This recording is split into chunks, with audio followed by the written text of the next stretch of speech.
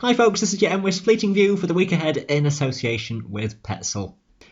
We've got high pressure centred to the east of us to start the new week, and it's a fine picture for most places. A few banks of cloud here and there on some more southeastern facing hills, but also a good amount of sunshine. Most hills and mountains then should be in the clear. Temperatures will be close to freezing or a little bit below across the higher tops, and some frost in the valleys and the glens first thing in the morning. Strongest of the winds towards more western regions, some locally gusty conditions in places, less in the way of the strength of wind towards more eastern hills, but still feeling chilly where exposed.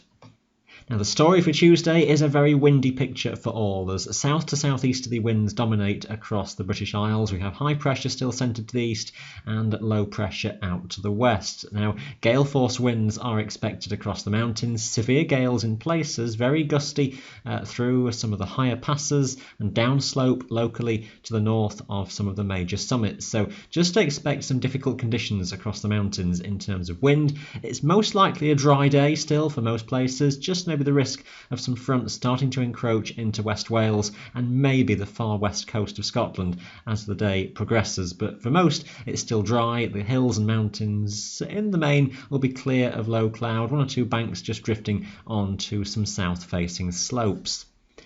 Now the ongoing story through the middle of the week is somewhat complicated, and it will all depend how quickly any Atlantic fronts will push in from the west. They're being blocked to some extent by the position of high pressure still just to the east of us, and they might not get in even as far as this chart suggests. They could just stall towards our west coast. So the greatest risk of some rain, some snow across the higher mountains is going to be towards more western fringes.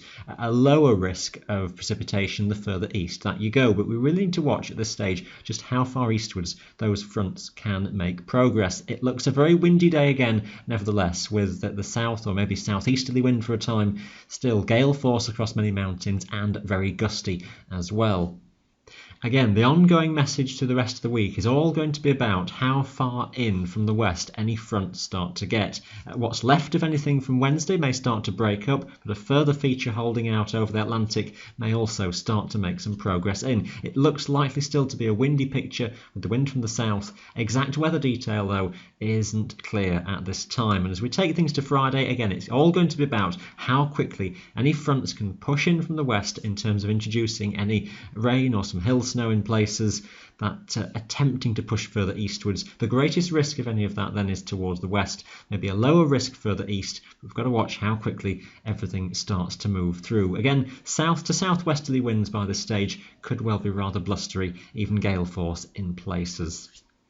It's a week then for closely watching the forecast as we go down the line, so keep up to date with your local information every day on our website. That's your Fleeting View in association with Petzl.